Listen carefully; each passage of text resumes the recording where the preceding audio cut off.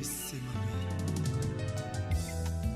oliwa ekotatola makita suka ya bomoi na motwe oliwa ekopanzaka basekele nyonso ye suka ya bomoi na motwe yango bakumisaka te soki moto nakufi te toyebi te basekele nyonso ekobima yango balobalobaka te soki moto nakufi te toyebi te basekele nyonso ekobima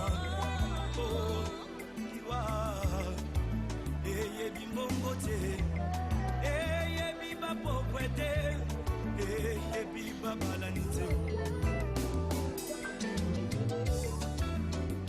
ezalaki na roi moko très puissant sur la terre azalaki na mwana na ye alingaki mingi komona ezalaki re soleil alingaki ete soki akofi efali mwana oyo ayingela na mokonzi na ye mokolo moko balali mpe balamuki mwana oyo akofi oliwa eyebisemaka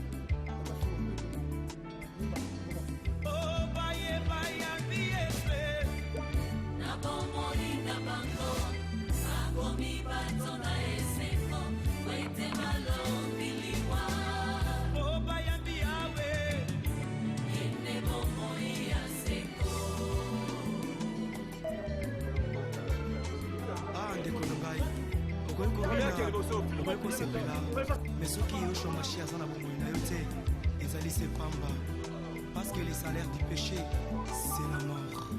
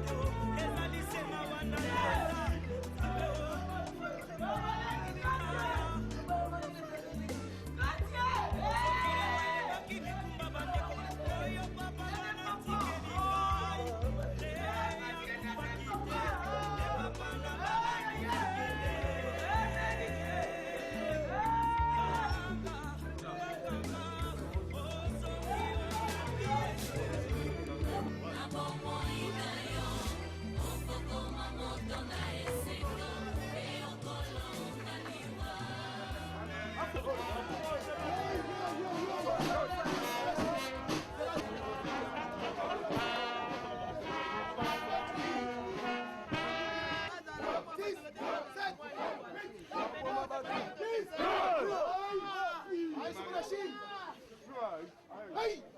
Oussou! Démarrez. Avancez.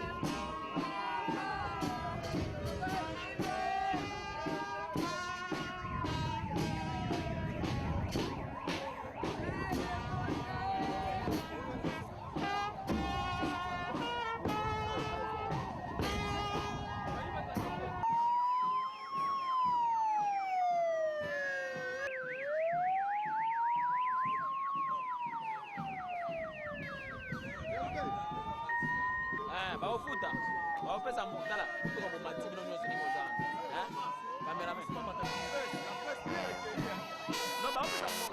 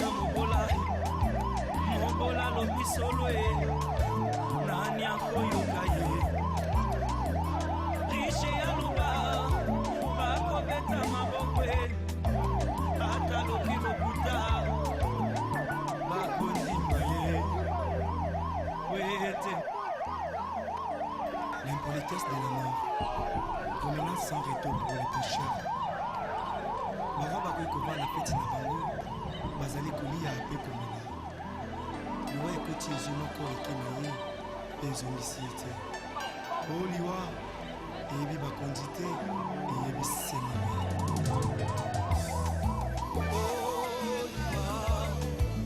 ekotatola makita suka ya bomoi na motwe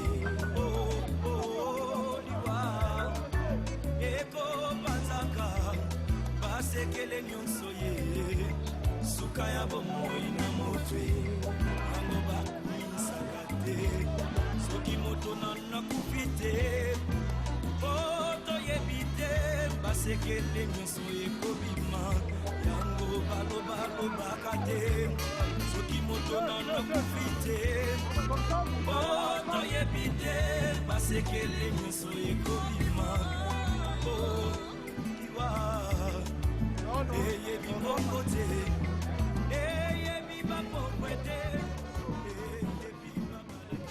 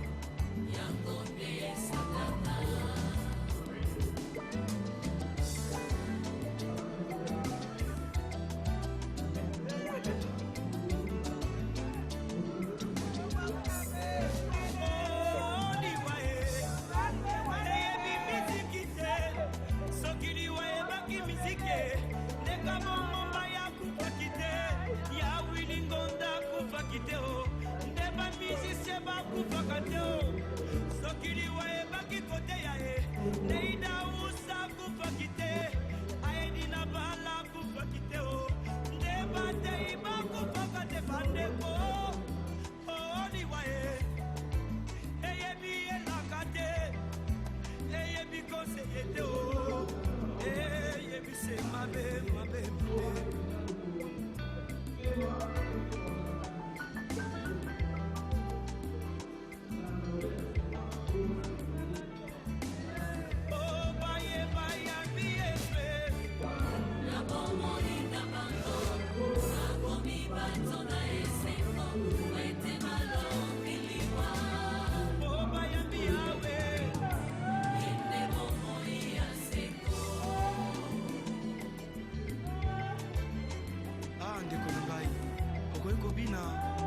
sepela mais soki yo chômage aza na bomoi na yo te ezali se pamba parce que le salaire du péché c'est la mort.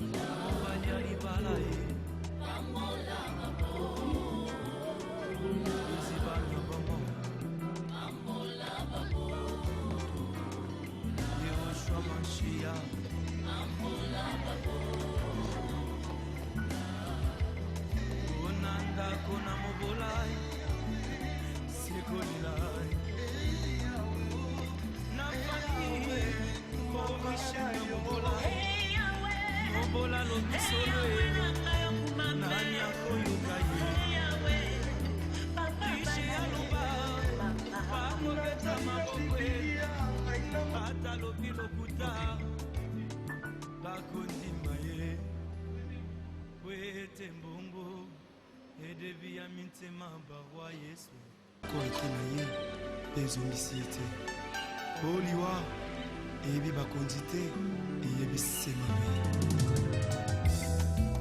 oliwa ekotatola makita suka ya bomoi na motwe oliwa ekobanzaka basekele nyonso ye suka ya bomoi na motwe yango bakumisaka te soki moto nakufi te po toyebi te basekele nyonso ekobima yango balobaka te soki moto nakufi te po toyebi te basekele nyonso ekobima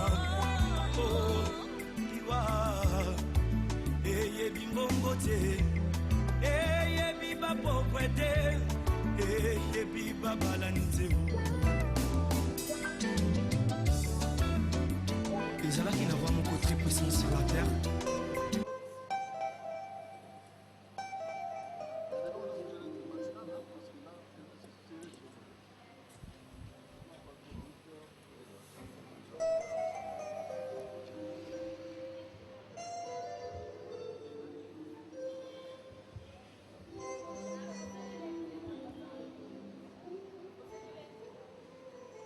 azalaki na mwana na ye alingaki mingi kombo na ezaki soleil alikaki ete soki akufi epale mwana oyo ayingela na bokonzi na ye mokolo moko balali mpe balamuki mwana oyo akufi oliwa eyebisi mabe soki liwa ebaki mbongwe ebawa bakufaka te barishe bakufaka te bakonzi bakufaka te soki liwa ebaki mbongwe nde papa nanga kufaki te mama nanga yakufaki te nde yaya nanga yakufaki te yaya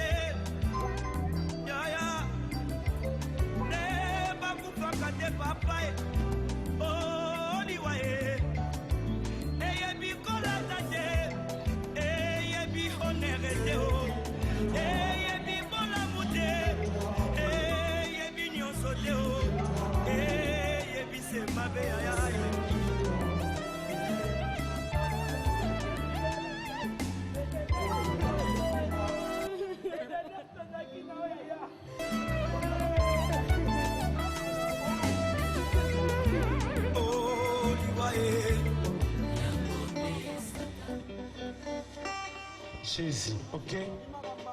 Ok.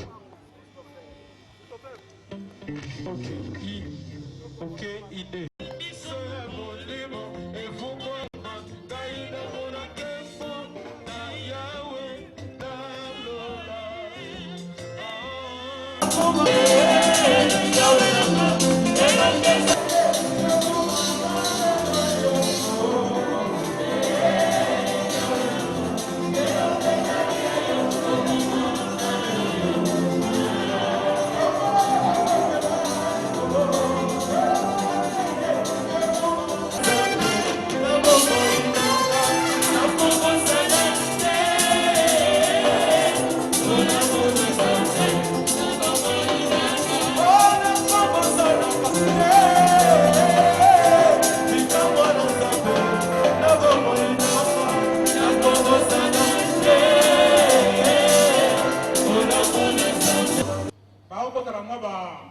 Enchaînement muke basa la moi différence ya style chokando na ba style mususu. Omona pantalon élégué na mulai wana zali grand maître mangudi yem ta simbi kanlu ka nyoso tu mo mande ka chokando. Wana siko awsala moi batata mo supérieur ya chokando. Ope atelemi wana bomoni avimbisi mwali bumulokola mwa patron moko wana zali grand maître talo yem tazali un spécialiste ya musha wana zokota awusanga ba blocage asilisi apesi pesali akei yepe nayebi te soki awusala shoko nini soki awusala nini nayebi te talo shoko nini azosala shokoludi shokoludi wana ezali bakata ya mwa likolo moke ya basenti noir ya shokando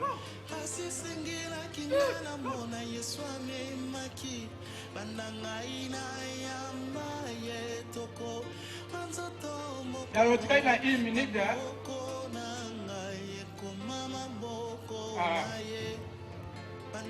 ça moins rapide.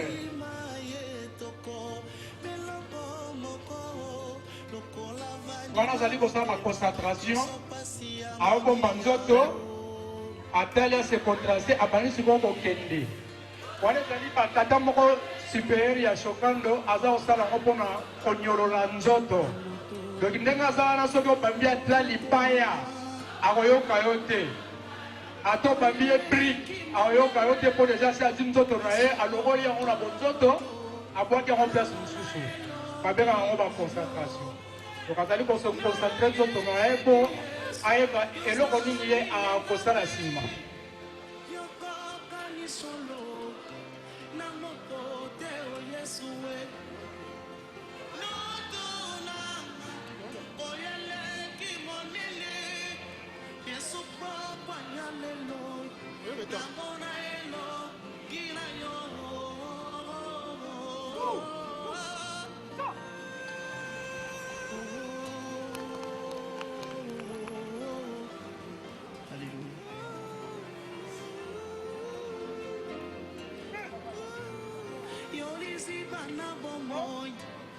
Yonde sekela basandwe yonde libanga na talo kita yo swanke mbona yo katina liboto yo kosila yuda yo libanga na talo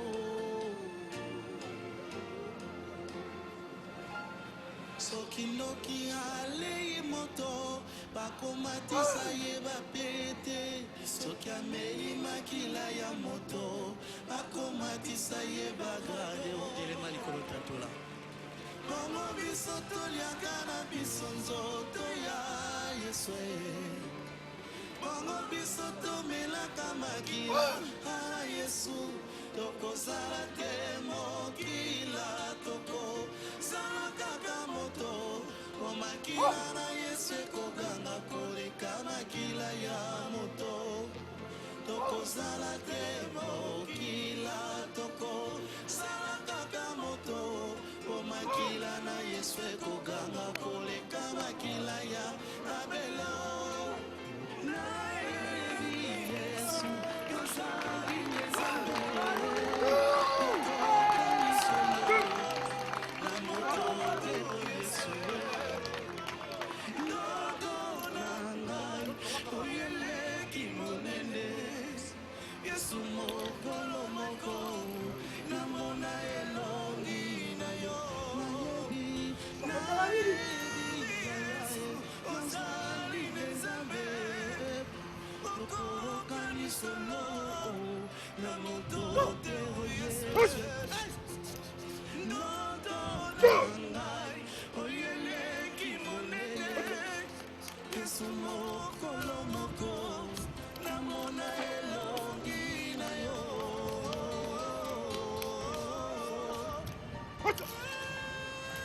L'espoir est un oiseau qui s'envole devant les obstacles, mais avec la foi on peut faire des miracles.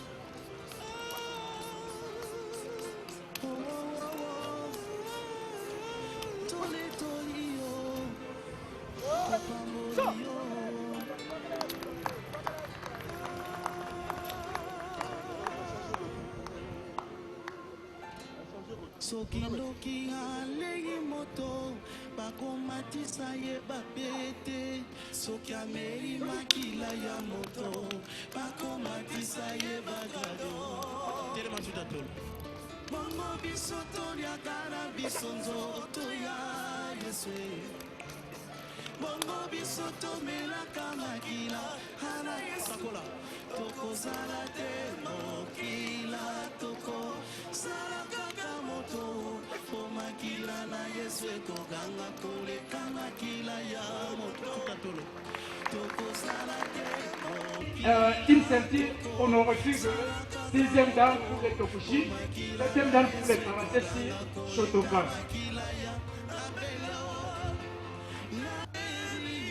Voilà, paola sama différence ya bastile mususu.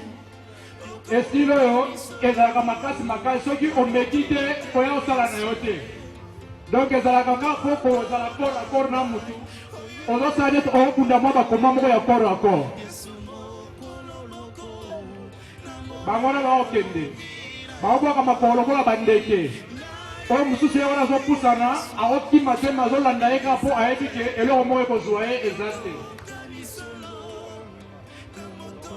bao bakoti mpona basuplicité ya coup de pe na bacoup de poing oyo azodirige bango wana bomoni alati mwa mokapa moko kuna ya rouge esangana na bacouleur ebele wana ezali Master Sibor bo bayebi ete azali pe moko ya biso mpona bamasano oyo ya bakarate oyo baokende oyo bomoni akangi suki wana aza mwana mwasi te aza mwana mobali kala nde baokangama bango bakipaka bango bitumba te ata yo oza ndenge nini akokangama yoka pelepele mpo oyo aza nango mposa ezwa yo basilisi bayambani bao bakoti ekwele me ayebi kaka ndenge akosala akokangama na yaya mpo yaya asala eloko te yaya bazobanga bota nde yaya azobanga bangola baokende ebwele aosala moma ebwele akiti me aokende kaka ebwele azoresiste yaya mpo azobeka ye kaka mwa malema mayembe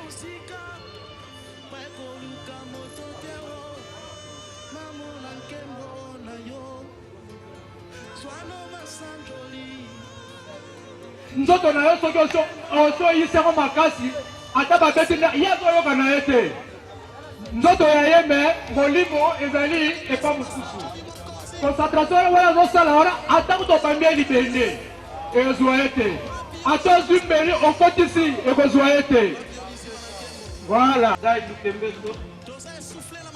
Maintenant, il commence les taïsos. Il y a une forme d'éducation physique. réchauffement encore. Bazo s'est relaxé.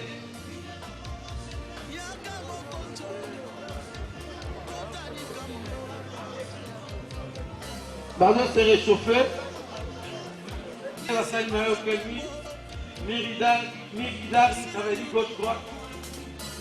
C'est pour le ceinture noire 4e dan. Avec maître Hector, ceinture noire 4e dan aussi. Là, ils ont exécuté Ikoshi. Maintenant, ça sera Rai Koshi. Comprenez que taper dans ça, là, déjà moto. On a lancé la voie un peu rapide. Et la 3e technique, c'est Julie Komikoshi.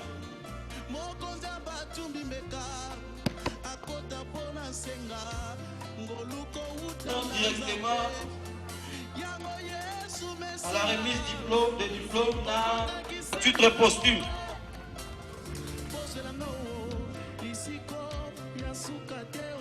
Au courrier à Shibarai, c'est un terme japonais, balayage des 2 pieds coupés. C'est une technique par contre là. Et ce kata est exécuté de l'autre côté. Gauche, droite. Maintenant c'est ça, c'est Chiri Komiyashi. Blocage du pied empêchant et en soulevant. On le fait droite comme à gauche.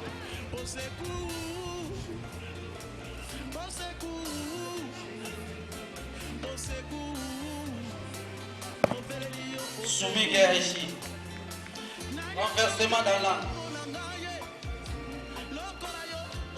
Le 4e groupe de Nagenoka. Ces kata contient 5 groupes.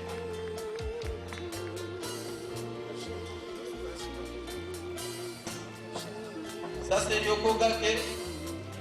Accrochage latéral.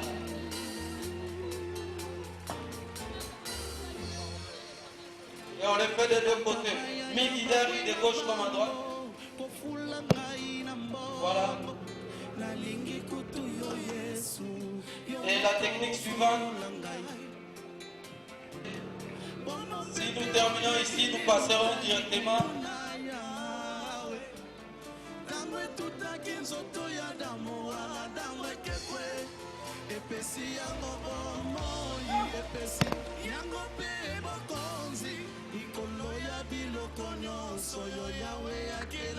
la dernière technique, c'est Ukiwaza.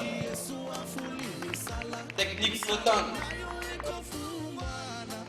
Bien, merci, maître José Mboulou. Odola Tsamowe, ceinture en premier dans le judo à titre possible.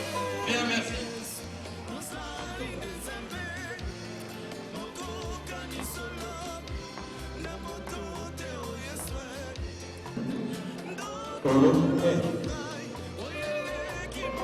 Merci. Maître Lyogué.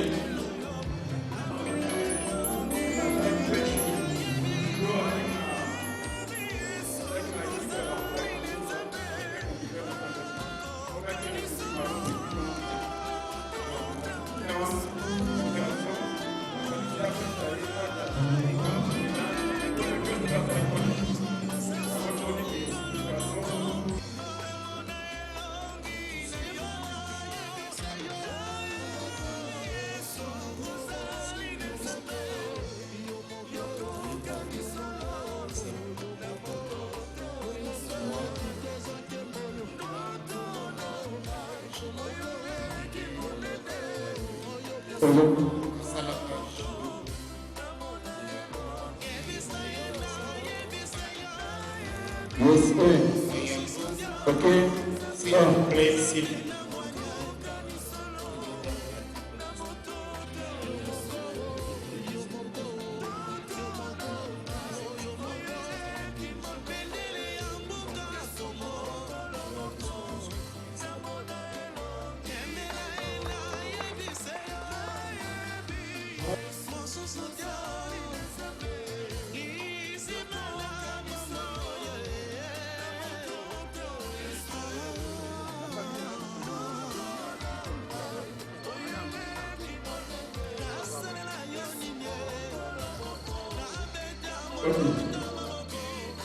Afin de poser, même fois,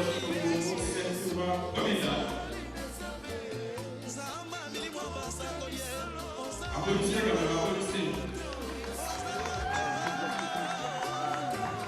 Washino, c'est une grande mesdames.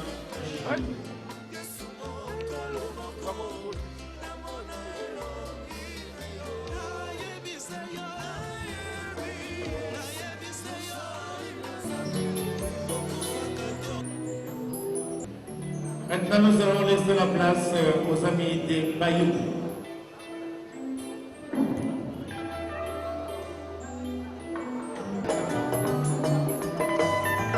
Entre-temps, les Bayoudas sont appelés.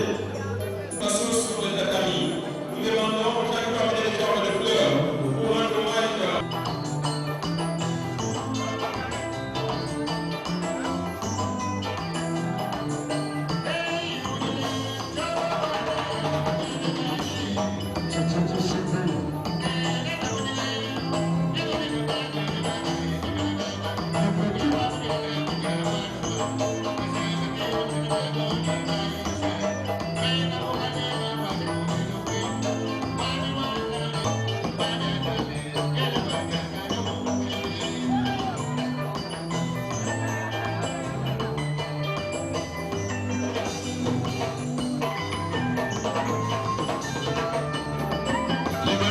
S'il vous plaît, pour laisser la place aux autorités commandies.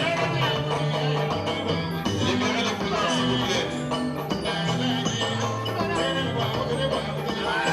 Libérez les couloirs, laissez la place aux autorités. Entre-temps, les karatékas sont en train de faire quelques démonstrations.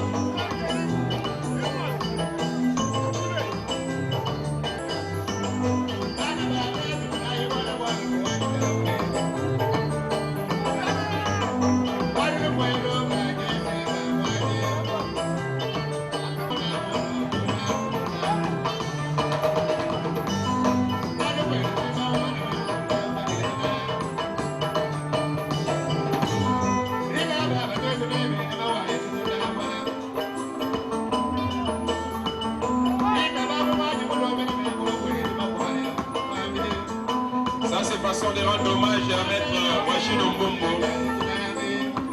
Toute sa vie, il faisait que pratiquer le sport, le combat.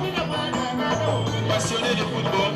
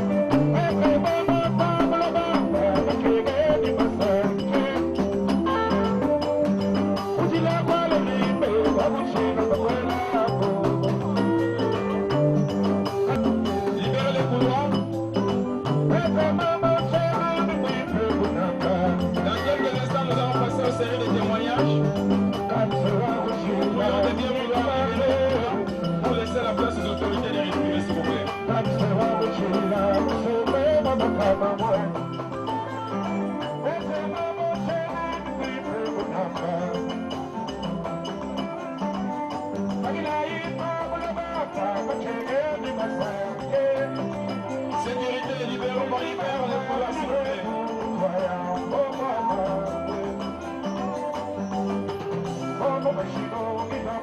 Bombo Wachino, ceinture noire, ceinture d'arrêt, en karaté, un judo.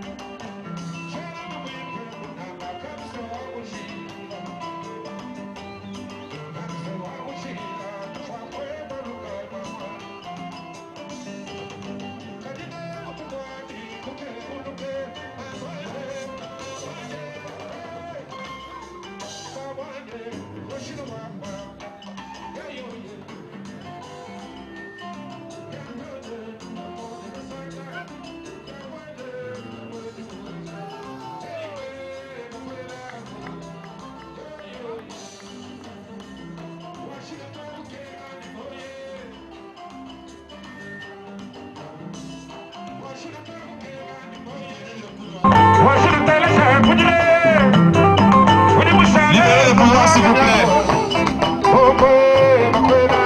Libérez les pouvoirs, s'il vous plaît.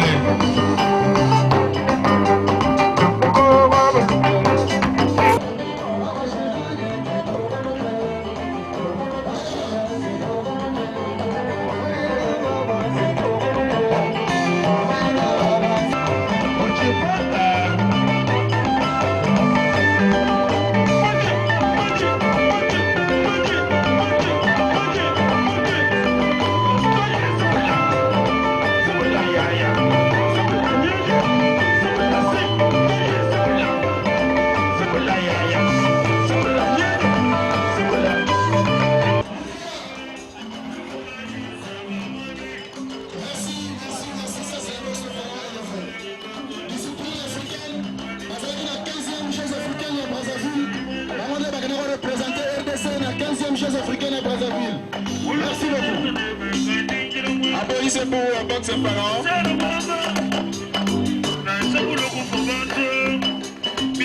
Mesdames et messieurs,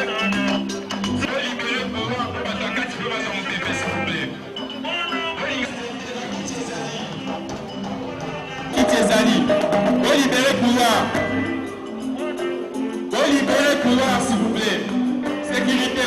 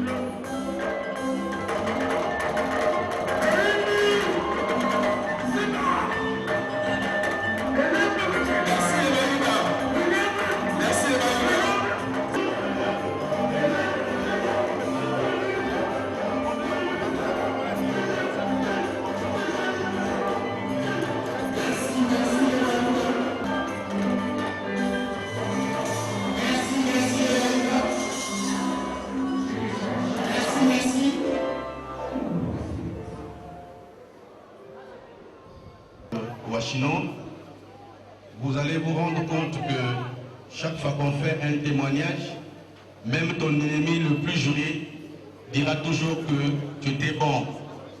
Mais aujourd'hui, il faut rendre témoignage d'un homme, alors d'un vrai homme, un grand homme, qui a été Maître Washino Bombo, qui dans tout le temps, pour moi qui était un ami, un frère et un compagnon de lutte, parce que tous les deux on était des hommes de terrain. La compétition c'était notre nourriture. Maître Washino, pour tous ceux qui ne le connaissaient pas, c'est une grande icône du karaté congolais, de la RDC et de l'Afrique tout entière. Parce que pour que tu sois un karatéka digne de nom, il faut traverser les frontières. Maître Washino a participé à toutes les compétitions, tant africaines qu'internationales, que mondiales.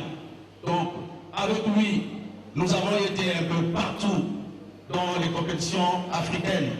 Nous avons été dans les compétitions du monde. Donc, c'est un monsieur qui est complet.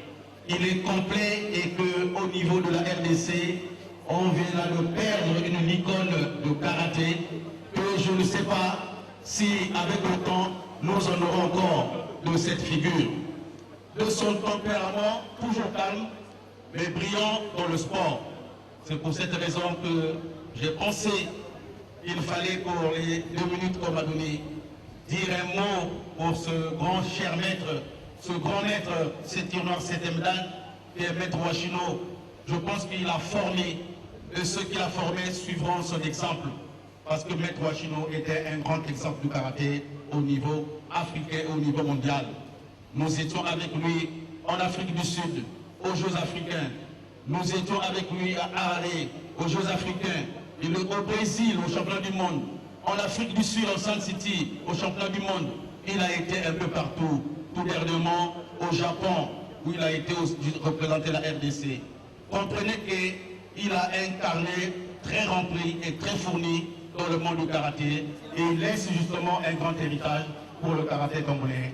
Je dis merci pour ce témoignage. Je vous remercie.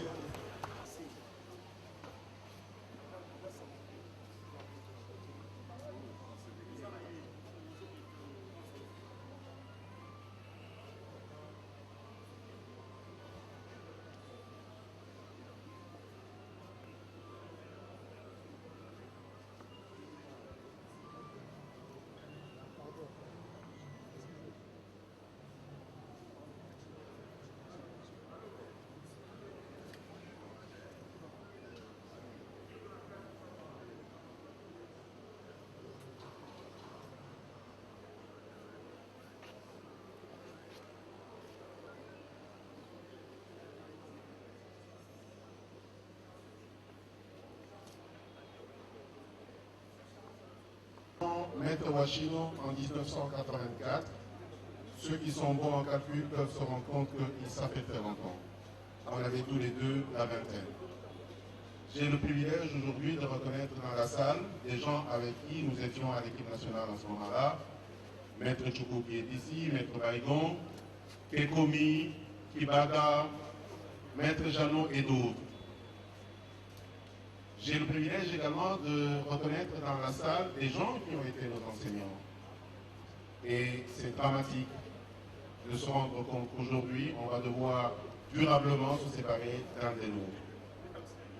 Qu'est-ce que personnellement je retiens de Washino? Un garçon entêté, déterminé, qui sait se battre et qui s'est battu jusqu'à la dernière minute. Quelqu'un qui n'a jamais compris que le corps a une horloge et que chaque chose arrive à son temps. Lui et moi, un souvenir. Quand nous atteignions les 30 ans, je me suis rendu compte qu'il ne comprenait pas que l'âge avançait et qu'on devait passer d'une étape à une autre. J'ai dû organiser un combat de haut niveau dans cette ville pour qu'il sorte avec honneur. Et il a gagné ce combat et il a eu un prix honorable. Je reconnais dans la salle la personne qui s'est occupée de la sécurité de ce jour-là, Maître Kenzo. Comptez le nombre d'années, il y a 15 ans, il était encore très jeune et il n'avait pas la responsabilité qu'il a aujourd'hui. J'ai continué à parler à Maître Washino. Après, j'ai compris que ce n'est pas sa responsabilité. La responsabilité est collective. Nous sommes d'une incompétence sociale inacceptable. Un jour, les gens ont converti le basket américain en NBA et ça distribue des millions. Un jour, un certain Blatter, on peut le critiquer aujourd'hui, il a converti le football en football professionnel et il y a des millions et des milliards qui sont distribués. Nous avons un homme qui s'est battu jusqu'à la dernière minute, incapable d'organiser sa retraite. C'est inacceptable.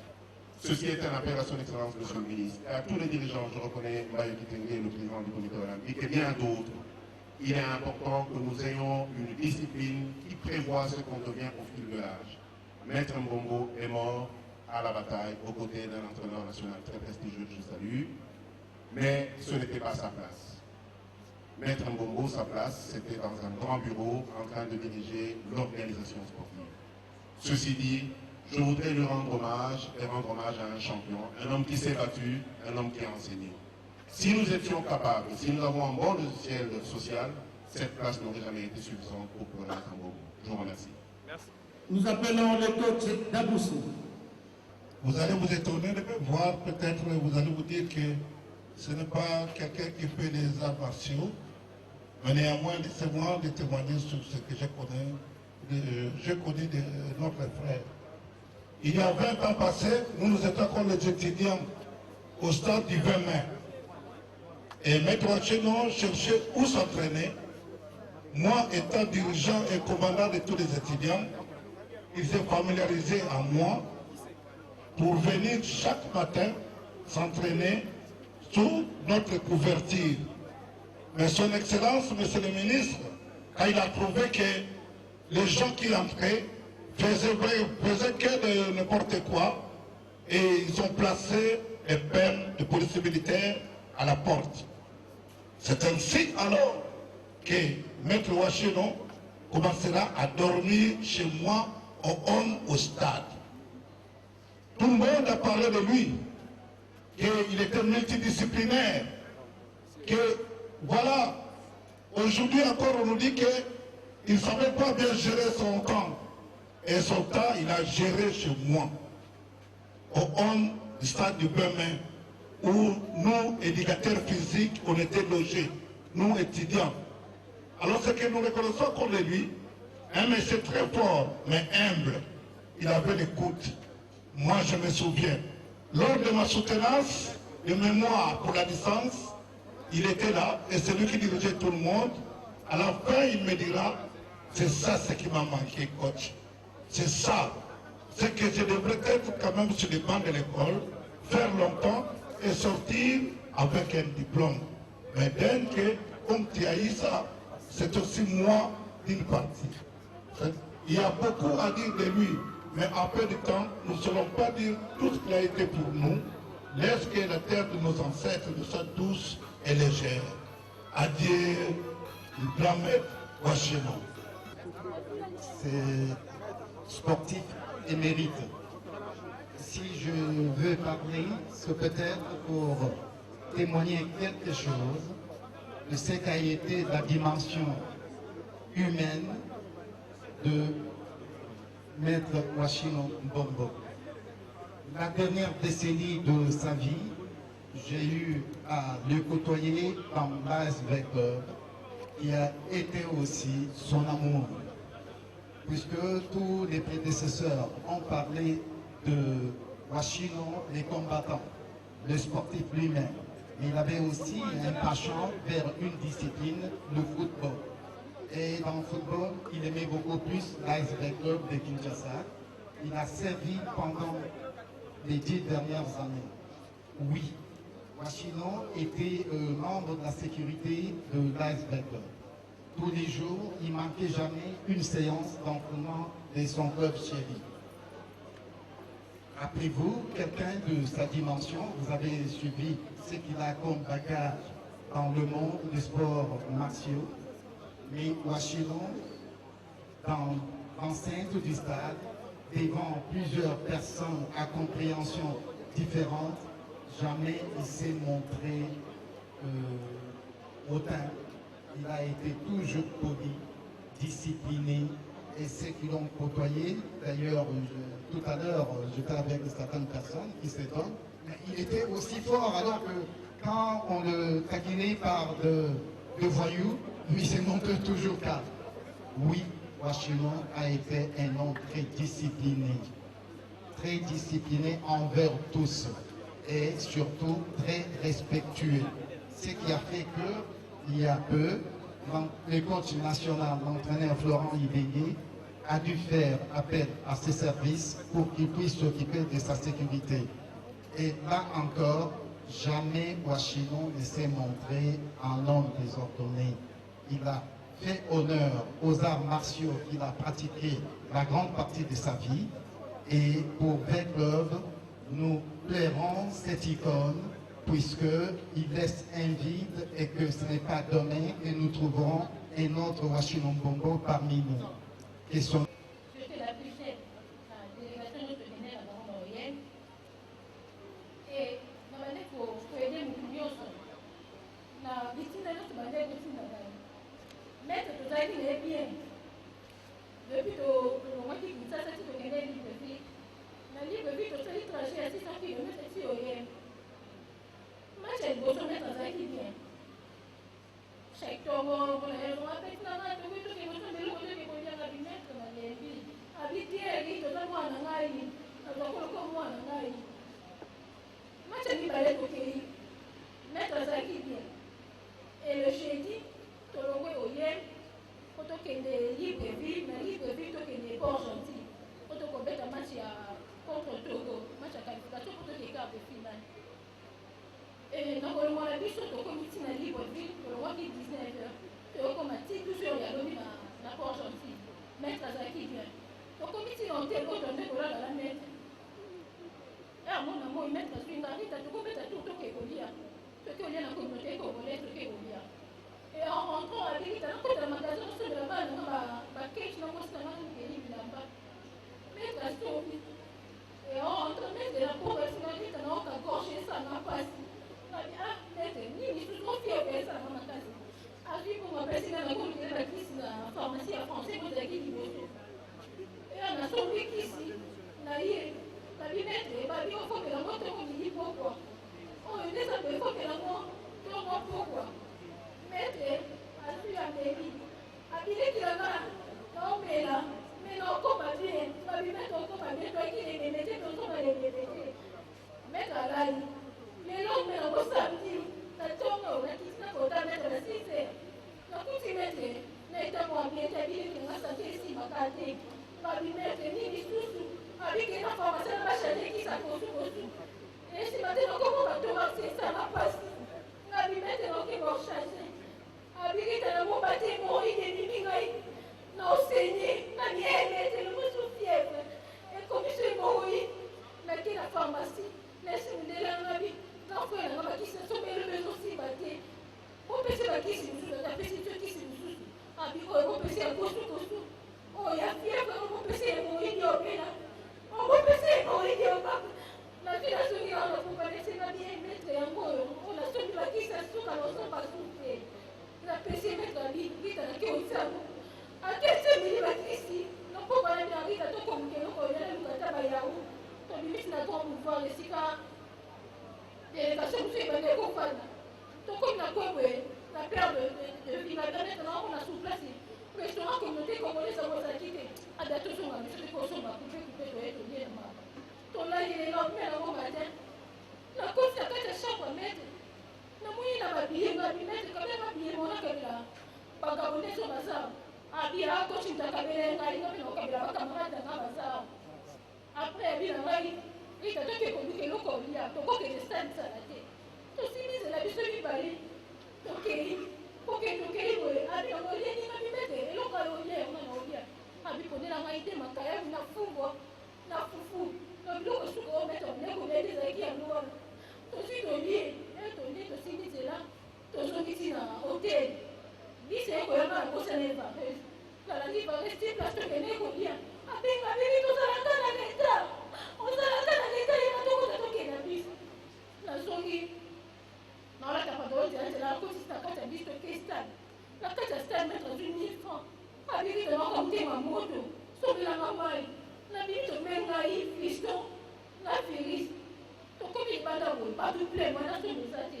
nene semestre nakoka te ata ere mo boye noke kosomba mai metali atika mai pesanga melonga na kosomba na bibi atosili bavie na mai naosalelo te apres ya moyemo akosomba mai na ye aye mutu moko nde komte ya bitekisaka nazoka motema moto nakoka komelako te tokebe totalimasi oganye en rentrant toke na hotel lobi yango toke na port tokosila masuwa mbeke place ekende kolala masuwa moto okolala place wana te mbeke okalali place wana komana nekokabi place kolelisi yango moto akotiske bango akiti na nini oseyake abite kotika bango mpe balesalaka bien nalala nazoka bien tokomisi na libreville na libreville faye tokende esi oye tosala to 600 kilomètre yabe bandeko na biso bafanda na libreville balinga bakeye des ordre bato baki na délégation batikala bango bakende to mimonso ye maître akiti atomboli moko bazalaki na ye laurent abibino bozolinoka privilege bino bato bozalaki na bango depekisa so batikala po bino bokende abotikala mpe te kudu moko maître akotila mutuka tosimi nzela tokei tokomiti na njole place toliaka toke kolia maître leto soki abina apesi na moto kosala ngai yebeke tokekisa sema nza bino kati abitiki na soki oyoshi na biskuit tokomisi na oye mpo azala preuve na oye mpe tokomi maître akokokita na motuka te osi bakiti epapier kistage basiki bakekisi na chambre esika batekolala osi babakage banadisi nake nakali na ntango na bino nakozela yaokende mona nsenga kati ya congélateur osongala soki boye nakona momo dava benga oyo docteur pour mosoluka olukaka abiki soki mpe de washino nga biso emwaki soki mpe de washino allons-y tokoti na kati ya chambre tokokuta maître akoki korespire le dernier souffle tokoti tolakina bakisi bonopesanga bikisi tosombe vendredi yango kisi tosombe samedi yango kisi tosombe dimanche yango abikanga oke batuni maître nini nabi mpe bananga nakomi palpitation makasi nazokoka su te nabimi baconsulte apres nto nabimi bonakute na coach ma fille, félicitations pour le travail que tu as fourni. Et moi, je n'étais pas là pour s'occuper de Wachino. Et c'était toi qui s'occupais de Wachino. Que Dieu te bénisse. Et l'ambulance est venue. Parce qu'on a compté l'ambulance, pas qu'elle est montée dans ma journée. Et on était restés là. Je suis resté dans la chambre. Et comme on regardait le bloc, et maître est là qui est là. Maître a été réanimé 2 fois. A couché pour 2 fois. réanimé maître soki deuxième fois maître azalaki soki donc ekobeta mpe tofai na biso le soir na 17 heures nabengi maître bambonga beni na carte finale nabi pesanga zwa mpongola nga kopesanga fils nosilanga mpongola ngai me botete naza bien te naza na hélicoptère naokende libreville nabi maître okoma bien tokomna disemeka nasenga tomenga mete telefone elikasu te telefone apete elikasu te nasafu te nanga bien elektrikokwisa su te nakei ea nakomi le lendemain natovandi na bien proje kunu bameti bikosolanga totosolana koche toleta maître abiye payebi te alobi que c'est la suite 6 ans et atovandi boye or déjà quand tu sozalaki courant ke mete déjà kufoki depuis lobi nakokota na chambre fisto nesi fisto babiye yango tokesta abiyeki nanga esinanga aza motema makasi tokoyeki biso maître wa chine azala demonisi serge ayaki na station ezalaki na lebi na bamaître wa chine balateki combinaison basoda bakinelele libobi maître akateli moto maître Merci. J'espère que vous avez compris. L'émotion est tellement grande.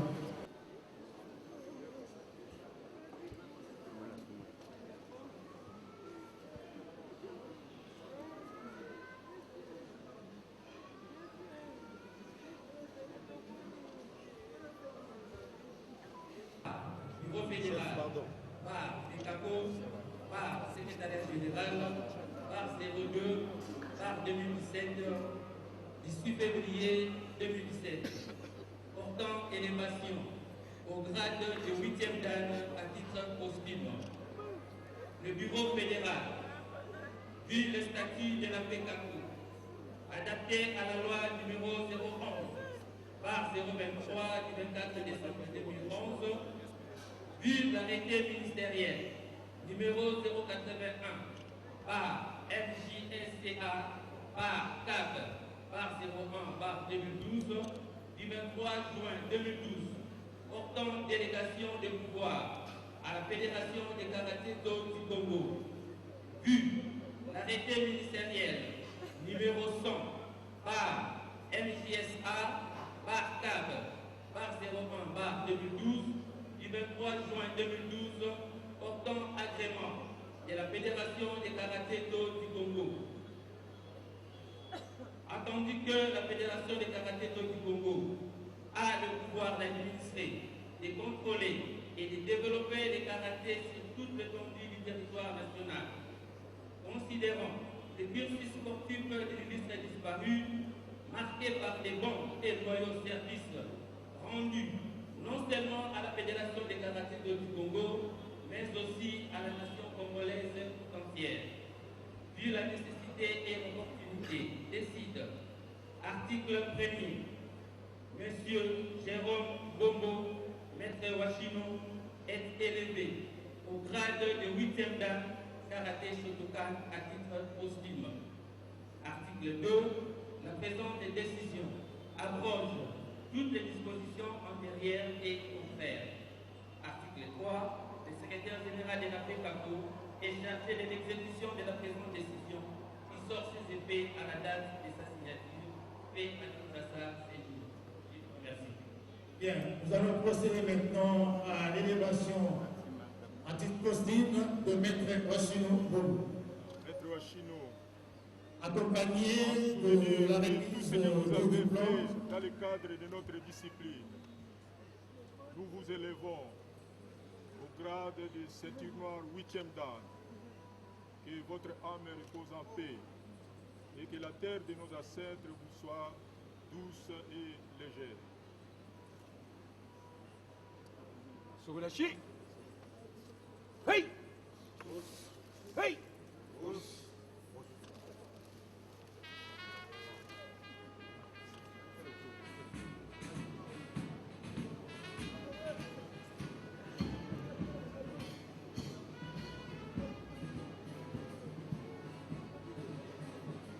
Entre-temps, nous appelons aussi les amis de Tokushi et déposer leur diplôme juste après le karatéka.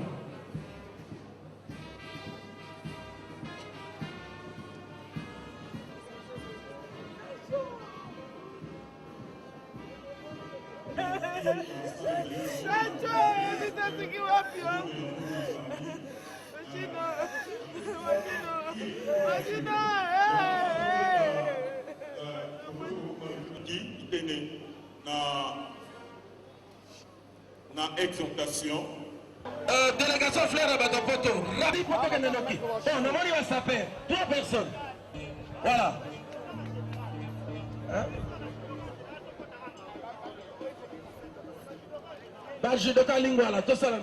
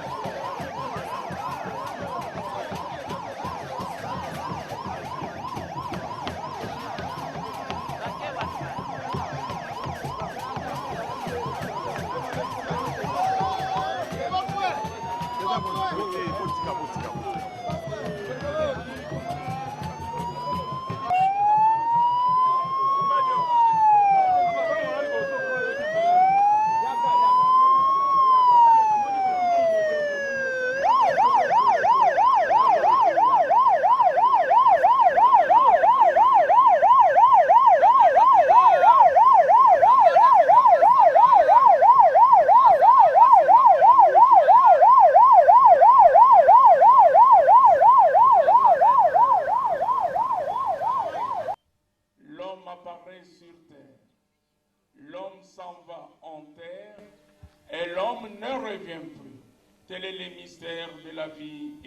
Alors, chers amis, affectueusement surnommé tantôt Mbonda Bonda par les uns, Bokondé par les autres, et même Epayoapi pour nombreux d'entre vous, Maître Jérôme a tiré sa révérence. Nous n'irons plus ce soir le rencontrer à son domicile de l'avenue Boléco, numéro 29, quartier Matongé, dans la commune de Kala, d'entraînement de l'AS Vita-Claire, de notre chère équipe nationale de Yoruba. Car à cet instant, il vient de changer de commune et d'adresse. Désormais, c'est ici, et nulle part ailleurs que dans cette belle cité, qu'il vient de lire domicile, dans le quartier Pollux, allée 12, au numéro 160 de la rue des Rêves. La nouvelle adresse de Jérôme, cité Nécropole, commune de Lancelé, quartier Pollux, allée 12, au numéro 160 de la rue des Rêves, et non plus au numéro 29 de l'avenue Boliko, quartier Matongé, dans la commune de Kalamou. C'est ici, chers amis, que vous reviendrez pour refleurir sa dernière demeure physique. Vous reviendrez car la nécropole vous est tous accessible tous les jours de la semaine, du lundi à dimanche, de 9h. Au nom de toute l'équipe de la nécropole qui m'accompagne ce jour et des partenaires dans l'hôtel de ville, une fois de plus, nous réitérons à vous, sa famille, ici présente, nos condoléances les plus attristées. Et au nom du président de notre conseil d'administration, M. Georges Moukonan Péché, et prend cette gerbe de fleurs à la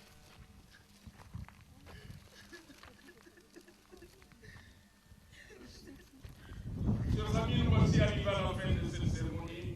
L'empire de ses misères et la mort nous rappellent à notre fragile humanité. Et nous unit, nous sépare et nous enseigne que ce qui compte, c'est l'amour partagé qui nous relie les uns aux autres. Prenez le temps de faire votre deuil. On le dira dans la langue chère à ses ancêtres. Comme on le dit du côté des batailles, dans sa demeure physique. Dans tout ce temps, ils vont retourner à domicile.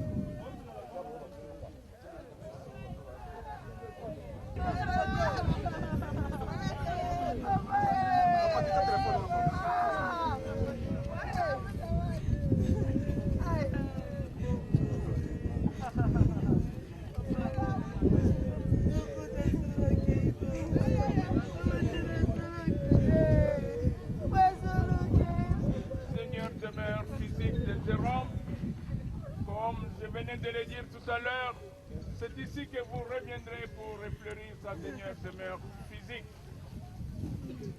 Vous reviendrez tout simplement pour rester suspendu.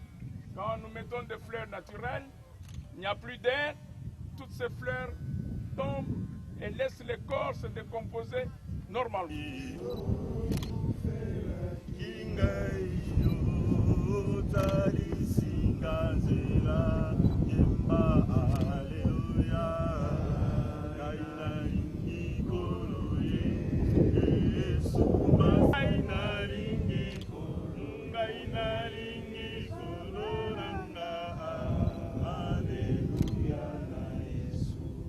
Éternel Dieu, Tolobani n'est pas inayo pour l'accomplissement ya mabara.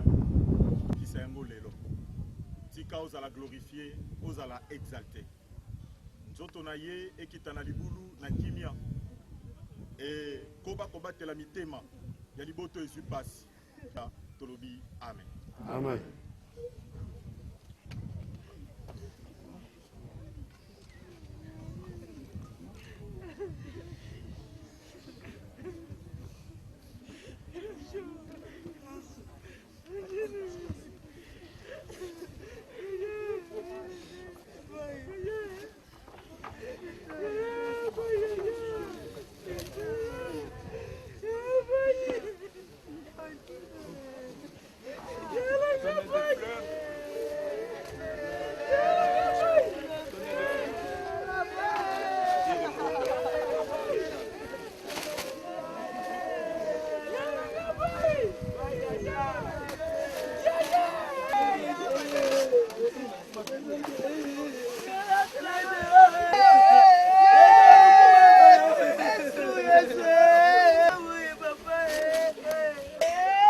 Fais-moi la kimia, grand maître, fais-moi la kimia, fais-moi la kimia. Fais-moi la kimia, grand maître. Fais-moi la kimia,